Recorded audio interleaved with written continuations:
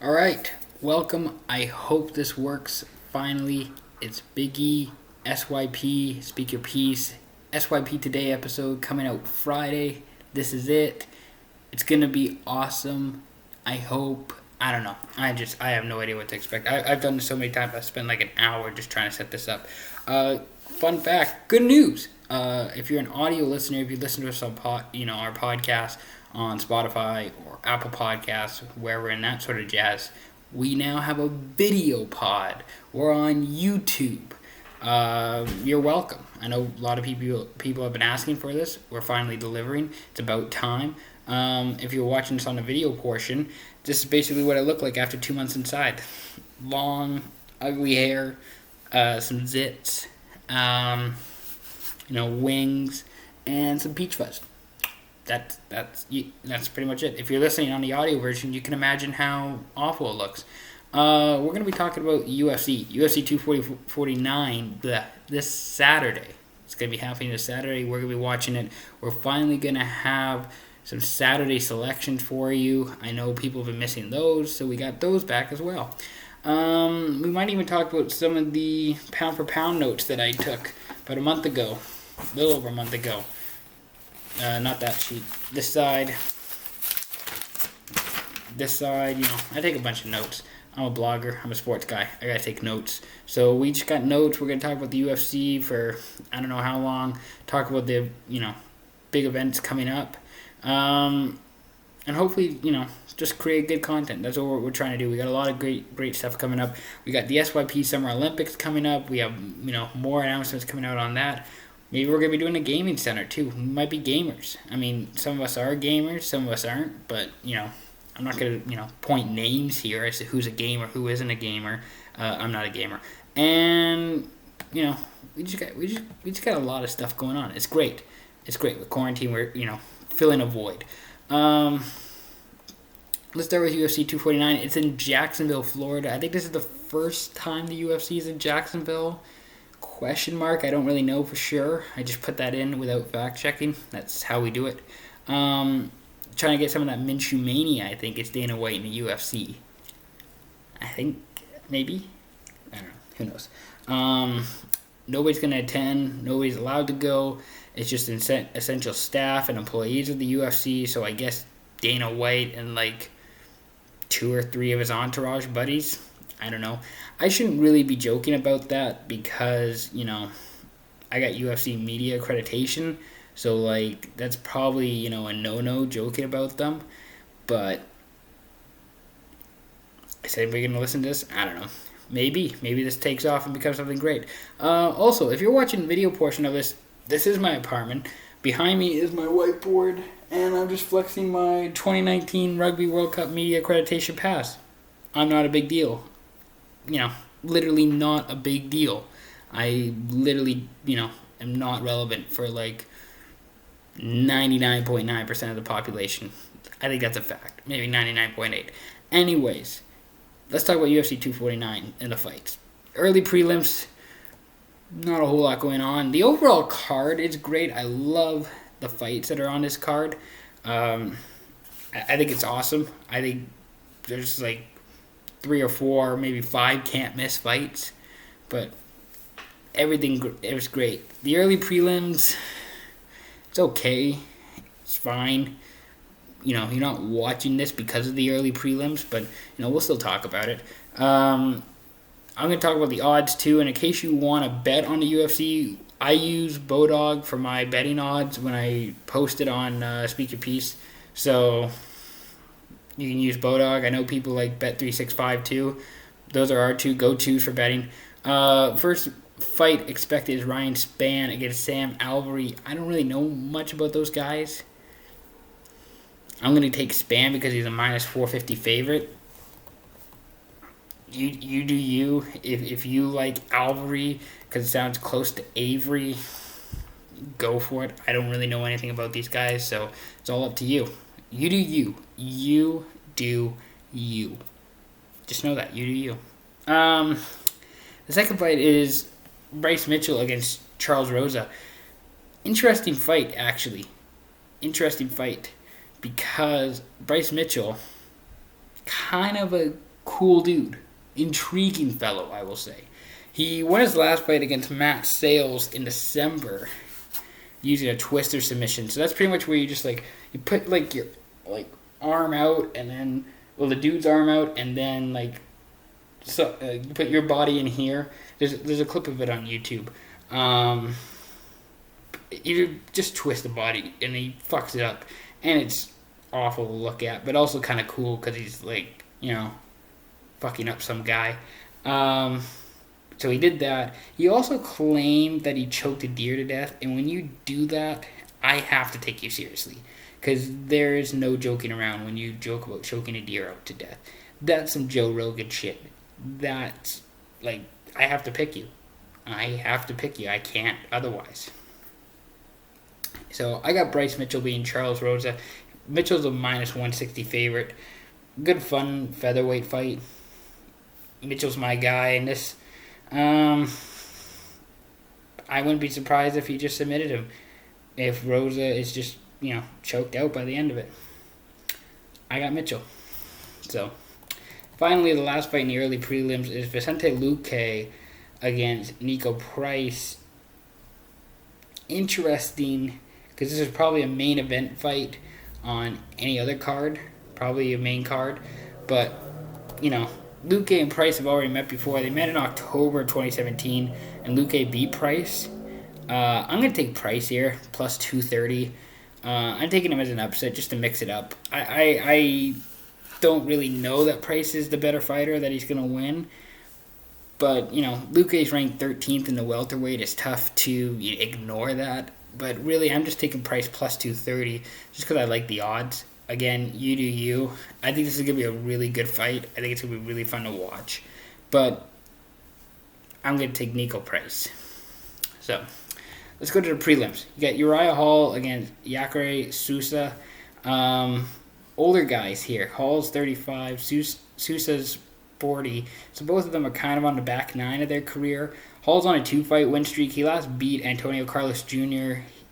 nearby, actually, down this way.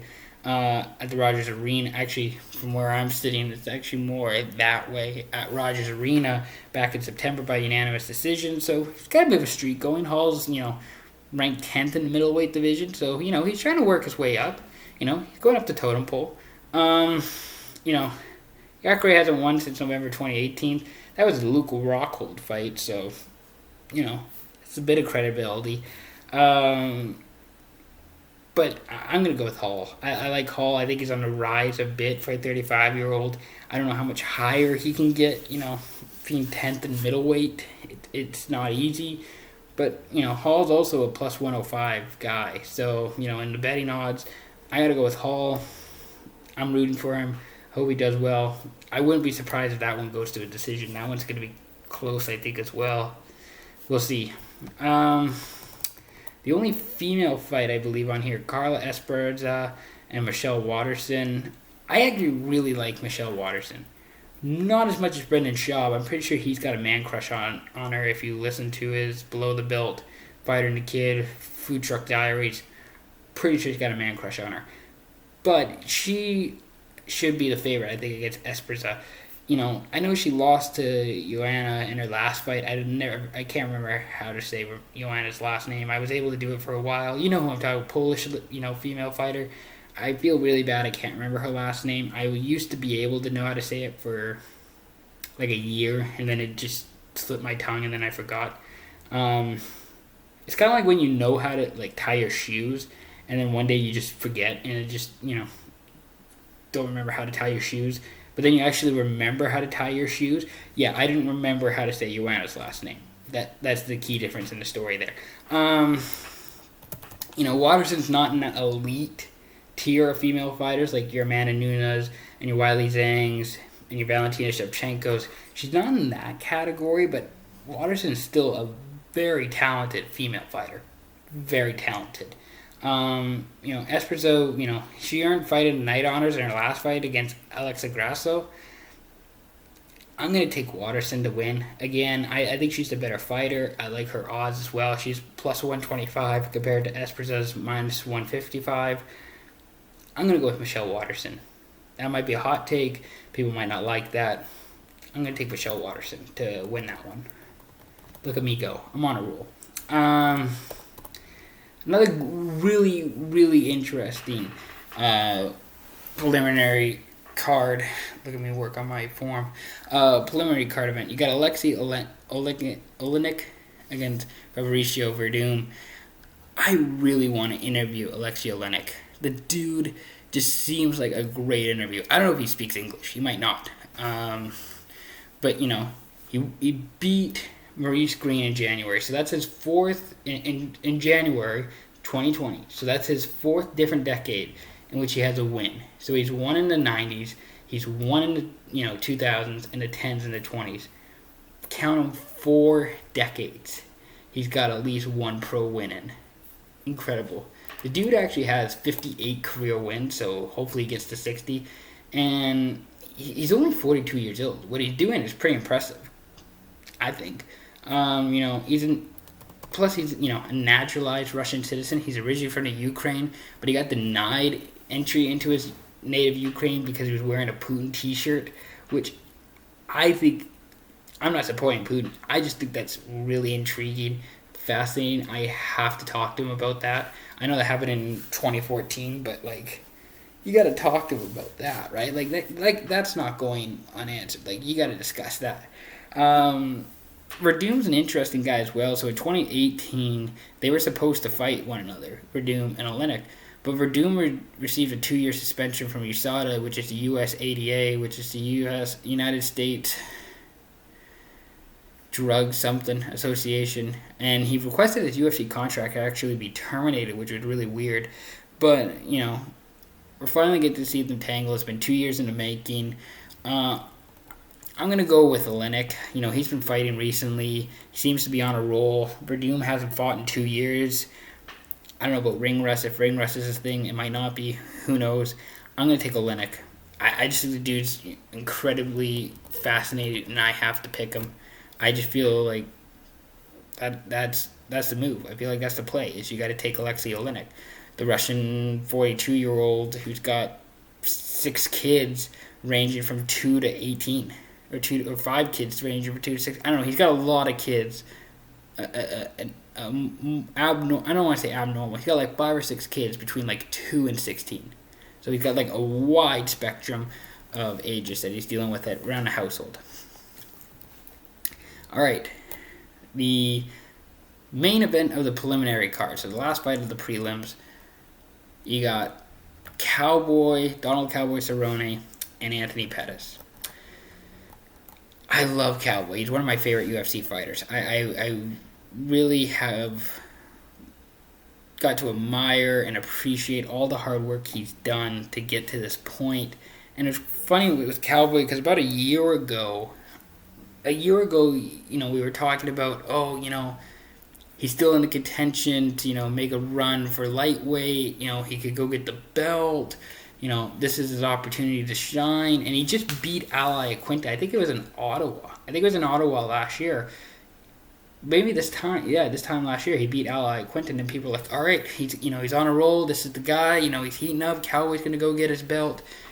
And then he takes a quick fight. He takes, the really, really quick fight against Tony Ferguson in June. And it's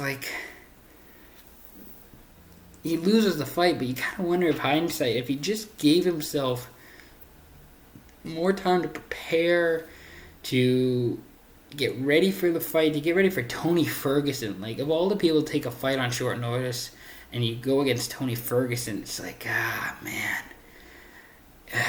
Shit. So he lost, and since then he's lost to Conor in January, to Gaethje in September. He fought 5 times, I think it was in 2019. Fought 5 times in 2019. He's already fought, no. I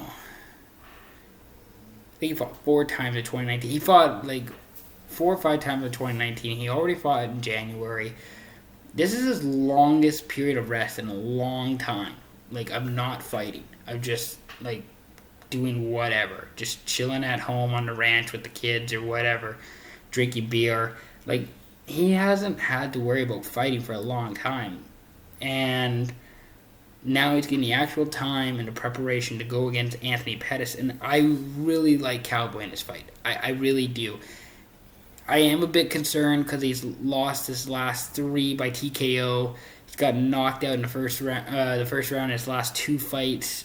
I am concerned about Cowboy, and I love him. He's one of my favorite fighters, and I'm picking him to win against Pettis, but I'm doing so with a bit of hesitation, just because you don't know. He's been knocked out in the first round in his last 2 fights, but now he's finally getting the time, the preparation, the rest to really go out and beat somebody. And hopefully Cowboy shows up. Because again, Cerrone said earlier this week when he was facing Conor that Donald showed up, but Cowboy didn't. And that's a bit concerning as well. And you have to factor that into this fight. I think if you're Cowboy and Pettis, do you really want to fight? Do you really want to be there? With no fans, it's just you against another guy into the pandemic. Do you really want to be there? And if he really wants to be there, if he's really, really, really excited about fighting, like when you get a bit giddy and when you get, almost nervous because of how excited you are, like then I'll know that you're ready. You're ready to go. Let's do this. Let's run it. Pettis, he lost his last fight to Nate Diaz in August. I think that was his last fight. I could be completely wrong. But, no, I think he had another fight since then. I feel like he did. Anyways, Pettis needs this fight too. Anthony Showtime Pettis really needs this fight. I'm taking Cowboy to win, but both guys are desperate. Pettis wants this win. Pettis is the favorite. He's favored at minus 145. I'm going to take Cowboy at plus 115. I just think Cowboy is going to win. He's finally got the time to prep, to study, to prepare for this fight. He's not taking any short notice. He shouldn't be taking any more short notice fights. I get why, but just take your time. Just get ready for win the next one. Get ready for the next one. Pardon me. So Pettis lost his last fight to Carlos Diego Ferreira at UFC 246. I'm sorry. Pardon me. So again, Pettis needs this one as well. I'm going Cowboy. Main card. This is where things really start to get interesting. Jumping from Cowboy, who's a fan favorite, to Greg Hardy as he fights Yorgan de Castro. Hardy's a minus 200 favorite. I know Dana White's trying to push him on everybody. I know, Greg Hardy is trying to make it as a UFC fighter. I just don't see it with him. I just think every step of the way, you're going to think of him as, the guy who assaulted his ex-girlfriend and was the former NFL player. I just don't know if you're ever going to think of Greg Hardy as the UFC fighter. I'm sorry. He every step of the way he goes, there's always something controversial or always, something happening where it's just like, what are you doing, man? So his victory in October was overturned because he used an inhaler. Yes, a state inspector in the, state of Massachusetts said he could. But, he got it overturned because he wasn't allowed to. So someone fucked up there. And then he got sent to Moscow a month later, where he lost to Alexander Volkov in a unanimous decision. Credit to Hardy for getting to the unanimous decision. But, I just don't know. I don't know with Greg Hardy. I don't know what he will be. I don't know if he'll be anything.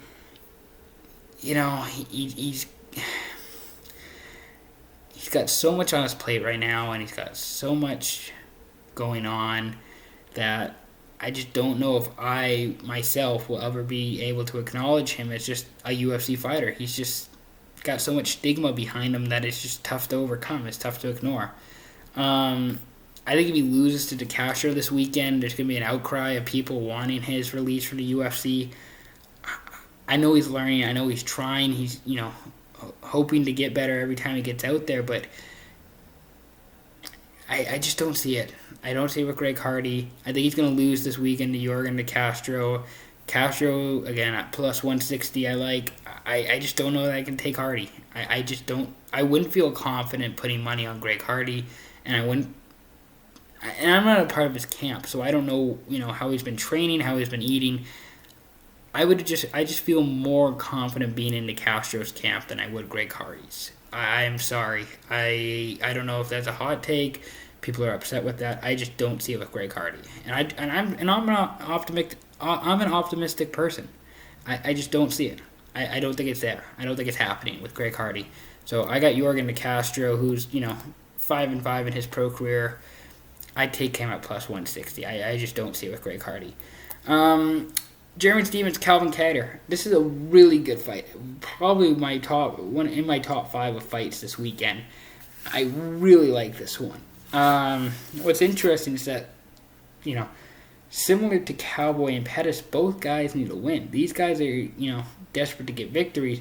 Jeremy Stephens was dealing with the bullshit with Yair Rodriguez, where he fought him in Mexico, got his eye poked, and couldn't continue to fight, and then lost to him.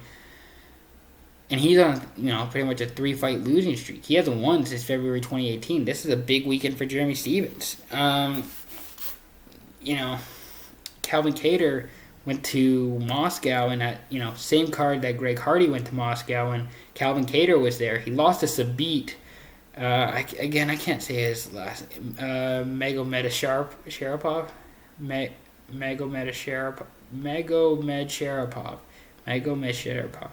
Anyways, Zabit. Zabit. Looks like the hormone monster from Big Mouth. He lost to him, and he challenged him, but that was, when you get sent to those fights, when you, get sent to Russia to fight the Russian, it's for the Russian. It's for whoever's, the home host fighter. That's what, it's not meant for you. You're not the guy that they're going to try and win. They're trying to give it to the other guy. So, I think Kattar's a good fighter. I think he's better than Stephens. They're both talented. Don't get me wrong. They're both talented. Jeremy Stephens has been training with Dominic Cruz during this time, so that helps. It helps if both of you guys get to train with somebody who's in the same similar situation with you. It's very tough training with somebody if you don't either have the same goals, the same mindset, or just don't know what you're going through. So that helps for Stephens. Stephens, I think, is the better ground fighter. I think he's better at the jiu-jitsu than Kattar is. But Kattar, I would say, has the advantage with his boxing and Muay Thai. So I'm going to take Kattar. He does have the size advantage. He's 5'11" compared to Stephens at 5'8". It's going to be a really great fight to watch. I'm taking Calvin Kattar. I think he's the guy who's going to win. I think he should be the favorite. He is at minus 250. You can also take Stephens at plus 195. But again, this is, desperate times call for desperate measures. Anything can happen. I'm going to take Kattar. I wouldn't be surprised if it goes to a decision either, but I'm going to take Kattar, and I would take him to knock him out too. If you can get a prop bet in there, I would take Kattar to knock him out. I don't think it goes to the decision. I think somebody wins in the first 3 rounds. Speaking of a fight that's going to be decided in the first 3 rounds, Francis Ngannou and Jairzinho, I can never get this guy's name right, Jairzinho Rozenstruik. Heavyweights. These guys were supposed to fight at UFC on ESPN 8, which was going to be March 28th, I want to say. March 28th, does that sound right? That could be, I don't know. And they were going to fight in Columbus, Ohio. It was going to be a main event. It was going to be a 5-round fight. Now it's going to be a 3-round fight. I don't know if anybody's really upset with that decision too much because Ngannou and Rozenstruik should be done in 15 minutes. I would think. I don't know if this even gets through the first round. Heavyweight, power at both ends, just somebody's going to get knocked out, I would think. And the great thing about this is that they're both kind of on the rise a bit. Ngannou is obviously further ahead and probably more well-known than Rozenstruik, but Rozenstruik's just been rising. He's got not first round, but he's KO'd Andrei Arlovski and Alistair Overeem within a month of each other. The Overeem took until the 5th round. The Orlovsky one was in the first round. I don't know that Rosenstruck. You can make an argument. Well, he didn't beat Overeem until the 5th round, so he might be upset that this is going to be 3 rounds. You're a heavyweight. If you're the heavyweight in the UFC, you got to get your shit done by first and second round. That's just how it is.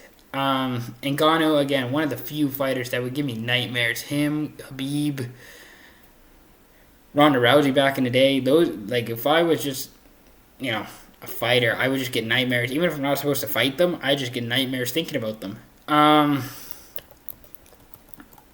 going to take Francis Ngannou to win. He's the favorite. He's the minus 280 favorite, so somewhat substantial favorite. I really like Ngannou. They've been talking about sort of the African rise, I guess it is, with the UFC, where you got Francis Ngannou, you got Kamaru Usman, and Stylebender, I think, was the other guy. Yeah, I think Stylebender. The African rise in the UFC is no joke, and Ngannou is no joke. Francis Ngannou is definitely not somebody you want to fuck with. Probably not Rosenstruck either, but I gotta go with Ngannou. He's my guy. I like him. I can't go against him. I'm going with Francis Ngannou here against Rosenstruck, minus 280. All right. First championship belt contested right here with Henry Cejudo and Dominic Cruz. I was on the UFC media conference call on Tuesday. Tuesday it was. With Cruz and Cejudo and Ferguson Gaethje. And, Cejudo just talks. He just yaps and chats and talks. I think he's more into the theatrics than he is the actual fighting. Cejudo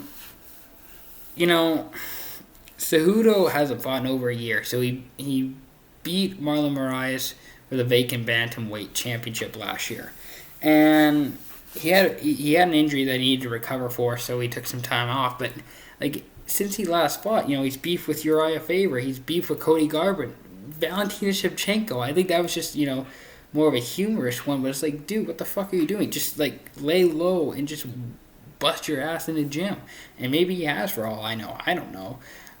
He also referred to Alexander Volkanovski as an overgrown midget on Tuesday in the conference call, which I think that's just a short person. I think he just says shit to say shit. I don't know if he really believes it or really knows what he's talking about. But also Volkanovski's taller than Cejudo, so I don't know. Dom Cruz hasn't fought in 3 years. He doesn't believe in ring rust. I think ring rust is something. I think there's different levels maybe, but there's definitely some sort of ring rust. I'm gonna take Cruz. I like Cruz at plus 170. I just think he's a better fighter. I think he's better than Henry Cejudo. I don't think there's any doubt in that. The question is health. I think he's healthy. He's been dealing with a lot of injuries. I think he's been training well for this, but I just gotta go with Cruz. I can't put money on Cejudo. I just don't. Not that I don't like him. I just don't know if I support the personality. If I support the theatrics. I don't know if he's fought anybody as good as Marlon Moraes or as Dominic Cruz, but who knows? I'm gonna take Cruz. I could be completely wrong. If Cruz, I think Cruz wins by a decision. I don't think Cruz wins in a submission or a knockout. He might. That would be really funny, I think, if Cejudo lost by submission or punches. But I think Cruz just wins by decision. I think he just dominates the fight. Finally, for the interim lightweight belt, Tony Ferguson, Justin Gaethje. I know it's shitty that we have no Khabib. I know. I'm aware. I wish it was Khabib fighting. I would love if we could just hold off and wait for Tony Khabib until the fall. I think that would be great too. On the bright side, this isn't a bad alternative. Seeing Ferguson fight Gaethje is not that bad. Tony hasn't lost in 2012, but Gaethje's arguably his toughest fighter since 2012. I think you can make that argument. I think that's a fair argument. Gaethje's been pushing his way up the lightweight division. Every one of his fights, win or loss, has been fight of the night since he joined the promotion in 2017. Dude's just electric to watch. He's really fun. He's really exciting. He beat Cowboy back in September here in Vancouver. The dude's just great. I can't say anything bad about Justin Gaethje. I think he can keep up with Tony. I don't think that's out of the question. I think Justin Gaethje can do enough to hold his own against Tony Ferguson. I don't think he'll win. I don't think Gaethje will win. I think Tony will probably win. 5 rounds before whatever. I think Tony wins. But Gaethje's going to challenge him, and I think it's going to be really fascinating to see how that goes. He's fast. He's quick. I don't know if he's fast enough to escape Tony, but from what I've seen from Gaethje in his UFC film, dude's electric. Dude can get away from you. So it's tough to get to him sometimes, But I'm going to take Tony to win at minus 190. Gaethje's a plus 155. That's not bad odds either, but I'm going to take Tony. I think Tony's just a safe bet. I'm taking the safe guy here. I know I've said a lot of good things about Gaethje, but I'm going to take Tony here. Just be safe. I think the move is Tony Khabib. If Tony loses, I don't know what. Do you do Gaethje then Khabib? I don't know if anybody wants that. Maybe. That might be a big takeaway from Saturday night. If Gaethje wins, if we're going to do Gaethje Khabib in the fall. Gaethje might be rising to superstar before we even know it. Could happen. Who knows? So I'm going to take Tony Ferguson at minus 190. So let me just run through my picks here for everybody, just to finalize it. We're going to take Ryan Spann minus 450 over Sam Alvey. We're going to take Bryce Mitchell minus 160 over Charles Rosa, and we're going to take Nico Price plus 230 over Vicente Luque. That's your early prelim card. At 3:30, the prelims start with Uriah Hall and Jacare Souza. I'm going to take Uriah Hall at plus 105. Carla Esparza is going to be taking Michelle Waterson on. I'm going to take Waterson at plus 125, plus 125. Alexei Oleinik plus 255 against Fabricio Verdum minus 335. I'm going to take Oleinik at plus 255. I think that's fair. Anthony Pettis minus 145 against Donald Cerrone plus 115. I'm going to take Cerrone. Cowboy, my guy. I got to go with Cowboy. Main card, Greg Hardy minus 200 against Jorgen De Castro. I'm going to take De Castro at plus 160. Going to take another underdog. Then we're also going to take Calvin Kattar at minus 250 against Jeremy Stevens, plus 195. We're going to take Francis Ngannou at minus 280 against Rosenstruck, plus 220. Dom Cruz plus 170 over Henry Cejudo, and Tony Ferguson minus 190 over Justin Gaethje. I put it on the whiteboard here, but I don't have a big enough camera. I don't know if you can really read any of this. I don't think anybody can read any of my sports reporter media accreditation for the Rugby World Cup. So there you go. That's our UFC 249 preview. We're going to have another video hopefully coming out with another pod for the Wednesday event, with the main event of Glover Teixeira and Anthony Smith, I believe, at light heavyweight. That should be a good fight. I'm excited for that. I'm going to fill out a bit of time here. Maybe get to the end of the hour. I don't know how long this will take. UFC notes from Big E, for myself. We're just going to talk about the top 10 pound for pound. This was as of April 11th, and I haven't done many notes to it since, but, why not? It's free content. It's a free podcast. You can't complain. Okay, you're getting the free stuff. If you don't like it, don't listen. Number one on the male pound for pound is John Jones. Enjoy these notes. These are great notes. John Jones is a light heavyweight champ. His last fight was a unanimous decision over Dominic Reyes, which I didn't see the fight. I watched the highlights of it. Yeah, okay. I don't know if it was unanimous, but people in Houston, Texas thought it was. He pled guilty to DWI on March 31st, so I'm not sure what his future holds. You know, he could do a rematch with Reyes. I think that could be an option. Thiago Santos rematch, that was good. I think that would be something people would be interested in. Israel Adesanya, they've been talking about him and Stylebender fighting for a long time. He could go up to heavyweight and fight Stipe Miocic for the heavyweight belt. And I think there is a possibility of doing a trilogy fight with Daniel Cormier. I think you could do that. I don't think that's out of the ordinary. I know Jones has dominated the first two fights, but why not? It doesn't have to be for the belt. It's just a non-title Jones Cormier trilogy. Just something. It's just something. Not sure what the future holds for John Jones. Number 2, Habib Nurmagomedov. Definitely didn't say that right. Lightweight champ. With Habib, the reason him and Tony were supposed to fight on April 18th at UFC 249. So then that got postponed. And the thing with Habib is that he follows Ramadan. And I'm not going to act like an expert on Ramadan. I'm not. I'm white. I don't know if white people support Ramadan. Maybe we do. I don't know. But with Habib, he does with Ramadan, he does fasting.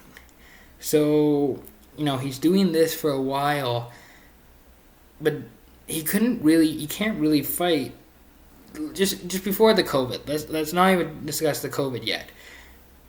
He's fasting. He's doing all this for Ramadan, and then in the summertime he has to go and train and get back into fighting shape. So he's really not going to be available until September, and then we have COVID, and he's stuck in Dagestan, and I don't know what travel restrictions are going to be like for the next 6 months to a year.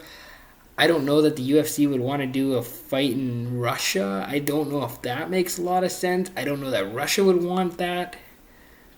So Habib, we're not going to see him fighting until at least September, maybe even longer. Who knows? But he's going to be staying in shape, and he's going to be ready for his next opponent. It could be Tony. Tony Ferguson could be his next fighting opponent. Makes sense, depending on who wins Saturday. Ferguson, Gaethje. I think it's going to be Ferguson, because I think Ferguson's going to win.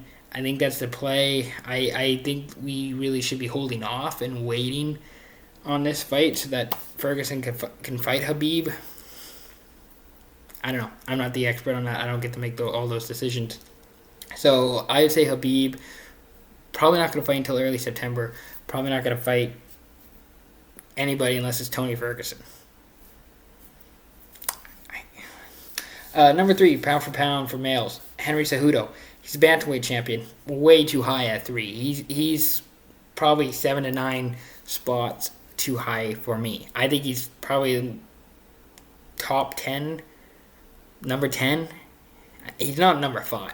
He's probably closer to 10 than he is 5. He was scheduled to fight Aldo originally, but Aldo had to pull out, so now he's fighting Dominic Cruz.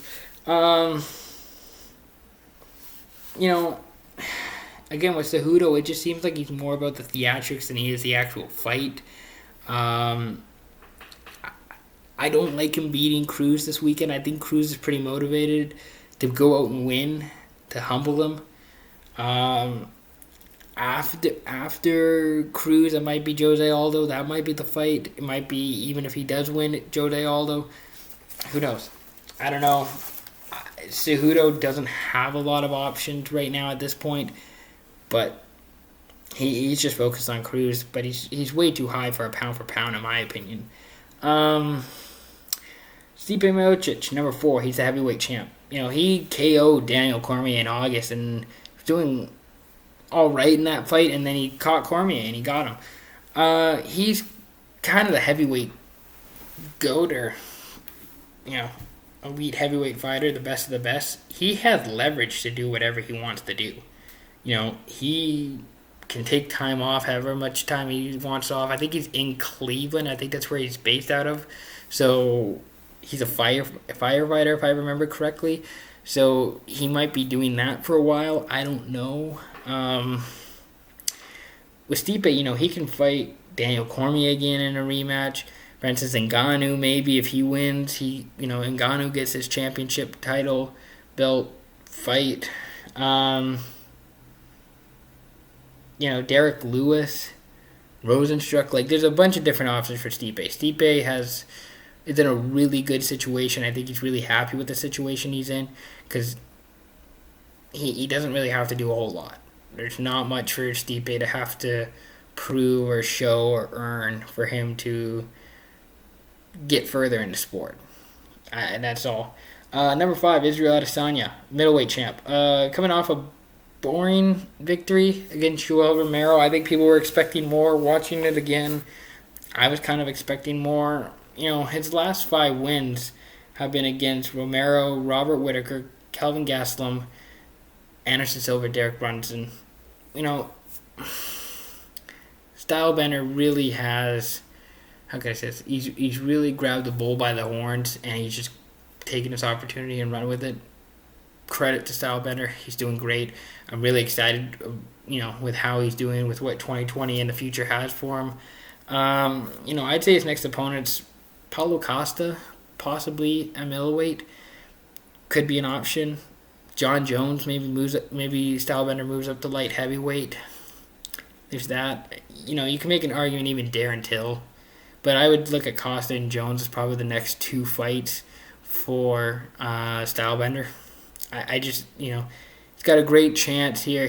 They can't fuck it up. They can't mess with it. Good time for Adesanya to just go do whatever he needs to do.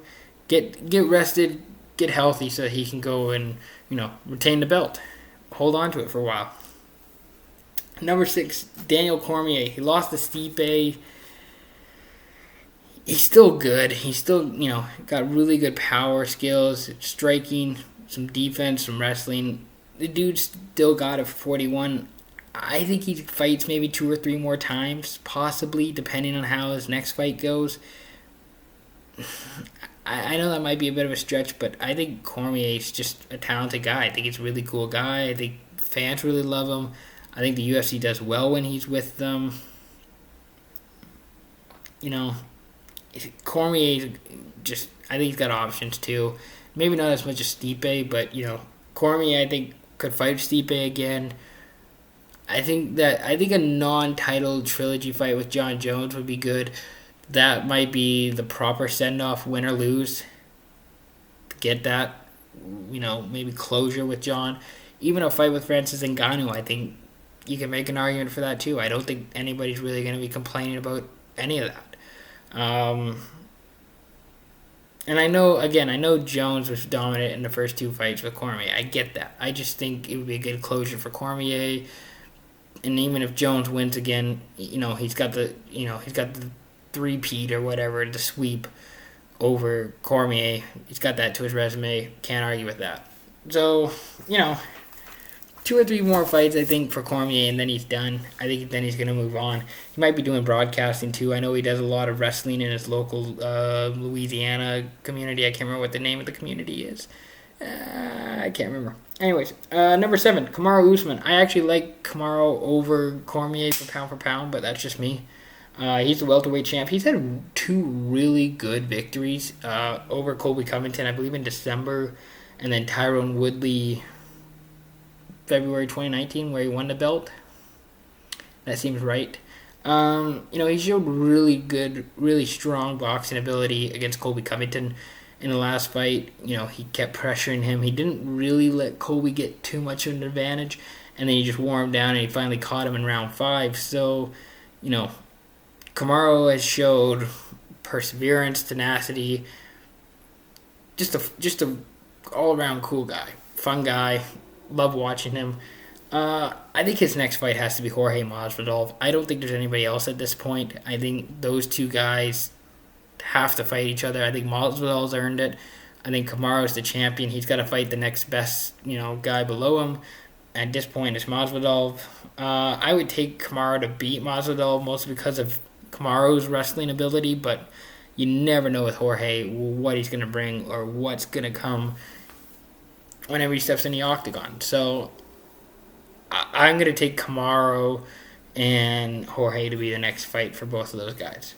Number 8, Alexander Volkanovski, Australian. He last beat Max Holloway back in December by unanimous decision.